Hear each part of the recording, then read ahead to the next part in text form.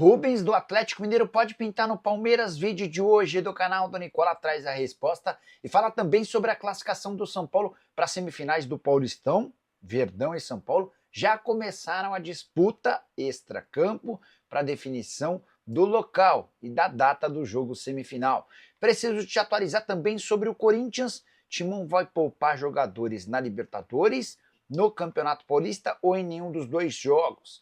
Preciso falar também sobre o Cruzeiro, que busca clube para um argentino. Tem as últimas do mercado, novidade importante no Vasco, bastidores, finanças e muito mais. Fala aí pessoal, sou Jorge Nicola, bem-vindos a mais um vídeo do canal. Sempre bom ter vocês por aqui, sem perder tempo, só pedir para deixar like, se inscrever no canal e ativar as notificações. Bora começar o vídeo com aquele tradicional giro de notícias. Primeiro para falar que com a vitória do São Paulo por 1-0 contra o Novo Horizontino, gol do Caleri, a gente vai ter uma semifinal de Campeonato Paulista com os quatro grandes. Palmeiras, Corinthians, São Paulo e Santos. Isso não acontecia desde 2019, embora a última vez que os quatro tivessem chegado às semifinais com chance de título, como agora, isso se deu apenas em 2009. Preciso te atualizar também sobre jogos da Champions. Real Madrid e Atlético de Madrid fazem um grande jogo do dia, partida marcada para 5 da tarde. Mesmo horário de PSV e Arsenal e Dortmund versus Lille. A fase de mata-mata da Champions começa um pouco mais cedo, com Clube Brugge e Aston Villa às 14h45. Para completar, preciso te falar sobre o Flamengo. O Everton da Inglaterra já sinalizou ao rubro-negro que vai exercer a compra de Carlos Alcaraz, ainda que ele não bata a meta. É bem natural que isso aconteça, que ele alcance a meta estabelecida. São 6 partidas como titular, ele já jogou 2 vezes na Premier League. Dessa maneira, o Flamengo recupera os mais de 110 milhões de reais investidos no meio atacante argentino, que com a camisa do rubro-negro não vingou. Hora de falar sobre o Vasco da Gama, você já sabe, né? A partir de janeiro de 2026, Vasco passa a vestir Nike. Fornecedora de material esportivo, tem um acordo com o Vasco há 3 meses e esse contrato, que passa a valer no ano que vem, pode ter duração de até 7 temporadas. A Nike fez a melhor das ofertas que o Vasco tinha em mãos e não eram poucas. Em setembro do ano passado, o Conselho de Administração do Vasco chegou a se reunir para debater sobre outras 4 alternativas. Manutenção do contrato com a Capa, Diadora, Puma e Mizuno.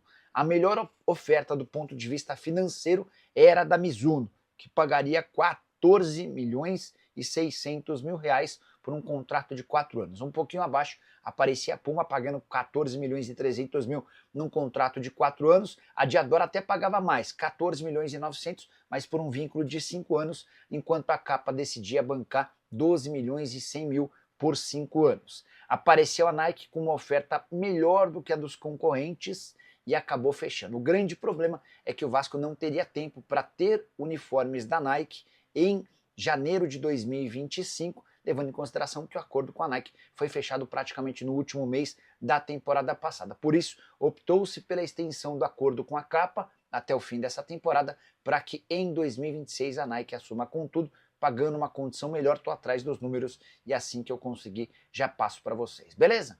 Bora de informação exclusiva. O Cruzeiro procura clube para Lucas Vidalba, zagueiro argentino comprado no final da temporada passada junto ao Argentino Júnior por 800 mil dólares. Isso que me causa estranheza. A atual administração, que compra o Vidalba, 2 meses e alguns dias depois decide negociá-lo. O Vidalba teve perto de se mudar para o Vitória. O clube baiano tentou a contratação do Vidalba para o lugar do Wagner Leonardo, não houve acordo. Depois o Internacional também demonstrou a intenção de fechar, outra negociação frustrada. E o Cruzeiro tem expectativa em relação à saída do Vidalba, porque já tem até um substituto para o lugar dele.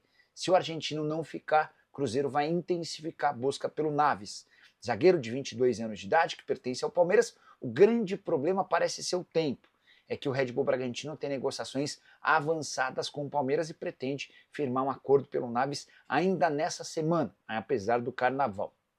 Diante desse cenário, pode ser que não dê tempo de o Cruzeiro arranjar um clube para o Vidalba antes de o Red Bull Bragantino bater o martelo pelo defensor, que tem só 22 anos de idade e é apontado desde as categorias de base como um dos zagueiros mais promissores revelados lá no CT Alviverde, embora ainda não tenha conseguido despontar como outros defensores. Ele nessa temporada, por exemplo, acabou perdendo espaço para outro jovem revelado no clube, o Benedetti. Vitor Reis, por outro lado, foi negociado uma das maiores transações do futebol brasileiro, de longe, o maior negócio envolvendo um zagueiro, o Vitor Reis, outro dia, que inclusive foi elogiado pelo técnico do Manchester City, o Guardiola. Só para completar em relação ao Cruzeiro, Vidalba havia sido comprado por 800 mil dólares e havia chegado por empréstimo de 200 mil dólares, ou seja, o pacote Vidalba saindo para a Raposa em 1 milhão de dólares. Bora responder se Rubens, lateral e meio-campista do Galo, pode pintar no Palmeiras. Especulação que surgiu durante o fim de semana. Nem consegui contar nada para vocês na segunda-feira, porque estava tentando checar com todos os lados. Posso dizer que assim que eu li essa notícia, achei estranho. Afinal de contas, o Rubens está disposto a sair do Galo porque não quer ser reserva do Arana, mas vai para o Palmeiras, onde há um outro titular absoluto da lateral esquerda, no caso o Piquerez. De qualquer forma, falei com o pessoal do Galo, falei com o pessoal do Atlético, vou trazer as novidades a partir de agora. Palmeiras nega interesse na contratação de um lateral esquerdo, entendendo que Piquerez como titular e Vanderlan na reserva dão conta do recado. O Galo também assegura que não tem proposta nem sequer sondagem do Palmeiras, e vê no Rubens uma peça importante, muito mais em 2025 como meio atacante do que como lateral esquerdo. Houve um papo entre o Cuca e o Rubens na reapresentação do elenco depois da volta das férias, e o Rubens havia manifestado a sua intenção de sair do Atlético se fosse para concorrer pela lateral esquerda com o Arana. O Cuca disse que já havia assistido a ele jogando na base como meio e pretendia repetir esse nível de atuações, colocando numa nova função, e assim que tem funcionado. Rubens, que tem contrato com o Atlético até dezembro de 2027. Bora mudar de assunto e falar sobre Leonardo Jardim, uma das melhores opções do mercado do futebol brasileiro, quando a gente fala em goleiro, especialmente levando em consideração o custo-benefício. Tudo porque o Léo Jardim tem contrato com o Vasco somente até 31 de dezembro, ou seja, ele já pode assinar um pré-contrato com qualquer outro clube do Brasil e do exterior a partir de 1º de julho, e essa situação tem preocupado bastante dirigentes vascaínos. Já foram pelo menos 3 propostas recusadas pelo staff do Leonardo Jardim para ofertas feitas pelo Vasco para a extensão desse vínculo. A ideia do Cruz Maltino era ampliar o contrato até 2028, permitindo uma renovação automática até 2029 se metas fossem cumpridas no último ano do vínculo. A ideia do Leonardo Jardim é aguardar cenas dos próximos capítulos. Ele quer entender como é que o mercado no Brasil e no exterior vai se manifestar em relação a esse atleta de 29 anos de idade. Também existe especulação de que clubes brasileiros entraram em contato e por isso o Léo teria dificultado a renovação com o Vasco. Por que eu citei ele com um melhor custo-benefício entre os goleiros? Jovem, 29 anos de idade, para um goleiro é uma idade bastante promissora. Enorme capacidade técnica, muito bom debaixo das traves, também sai bem, incontestável à frente do gol do Vasco desde que foi contratado. E ainda chegaria a custo zero, embora no futebol essa ideia do custo zero meio que seja inimaginável, né? Se o cara está livre de qualquer vínculo com o clube, vai exigir uma compensação financeira de luvas. Mas diante desse cenário e com a dificuldade na contratação de goleiros, classifico Leonardo Jardim como a melhor oportunidade de mercado. Embora o Vasco ainda tenha a chance de tentar chegar a um acordo, deve precisar abrir os cofres para transformar o Léo Jardim em um dos mais bem pagos do elenco. Ele vale. Jogador que havia sido comprado do Lille da França em 2023 por 2 milhões de euros. Se perder o Léo Jardim, além de ficar sem um grande goleiro, o Vasco ainda não recupera esse investimento de 2 milhões de euros. Caberia no seu time do coração? Já use o espaço para comentário e registra o que você pensa sobre o assunto, beleza? Hora de falar sobre Palmeiras versus São Paulo na semifinal do Campeonato Paulista. O jogo vai acontecer só no final da semana, talvez na segunda-feira. Mas já dá para dizer que a partida começou no extracampo, com o São Paulo, depois de vencer o Novo Horizontino por 1-0, com o gol do Caleri na noite dessa segunda-feira, trabalhando para a partida acontecer no sábado.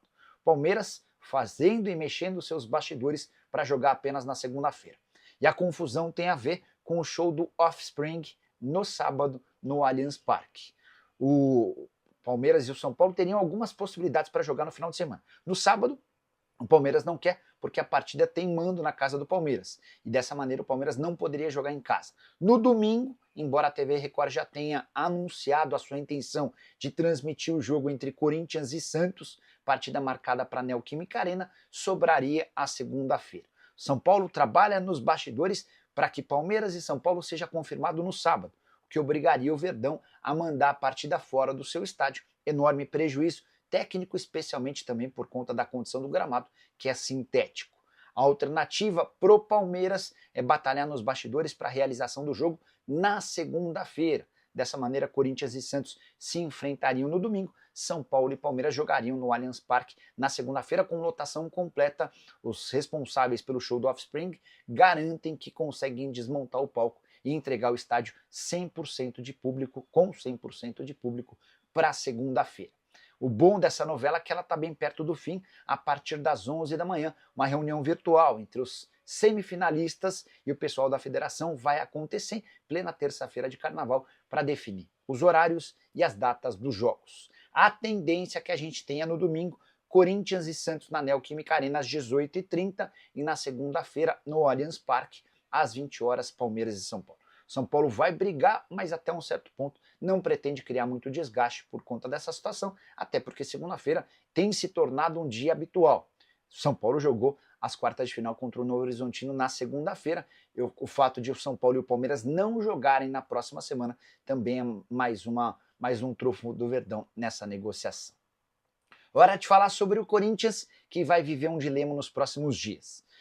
Corinthians vai com força máxima enfrentar o Barcelona em Guayaquil nessa quarta-feira, jogo no Equador, a partir das 21h30 na última fase, antes da fase de grupos da Libertadores. A questão é, dá para o Corinthians manter força máxima no jogo de domingo contra o Santos na Neoquímica Arena e também na outra quarta-feira, na partida de volta contra o Barcelona em São Paulo? Essa questão será respondida pela comissão técnica corintiana, mas já há uma discussão, um debate interno sobre poupar ou não titulares. E isso tem a ver com um desgaste da semana passada. Se o Corinthians tivesse passado com mais folga em relação à Universidade Central, depois do empate na Venezuela, o Timão poderia ter poupado no jogo da volta. Não aconteceu, pelo contrário, jogo super desgastante com um gol da classificação do Yuri Alberto marcado apenas aos 43 minutos do segundo tempo. Depois, Corinthians precisou enfrentar o Mirassol com força praticamente máxima. Então, o Corinthians está emendando uma partida decisiva atrás da outra. E esse desgaste tem causado preocupação. E algumas baixas também. Igor Coronado nem sequer viajou com o Corinthians para Guayaquil, está fora do jogo. Ele acabou sentindo dores no...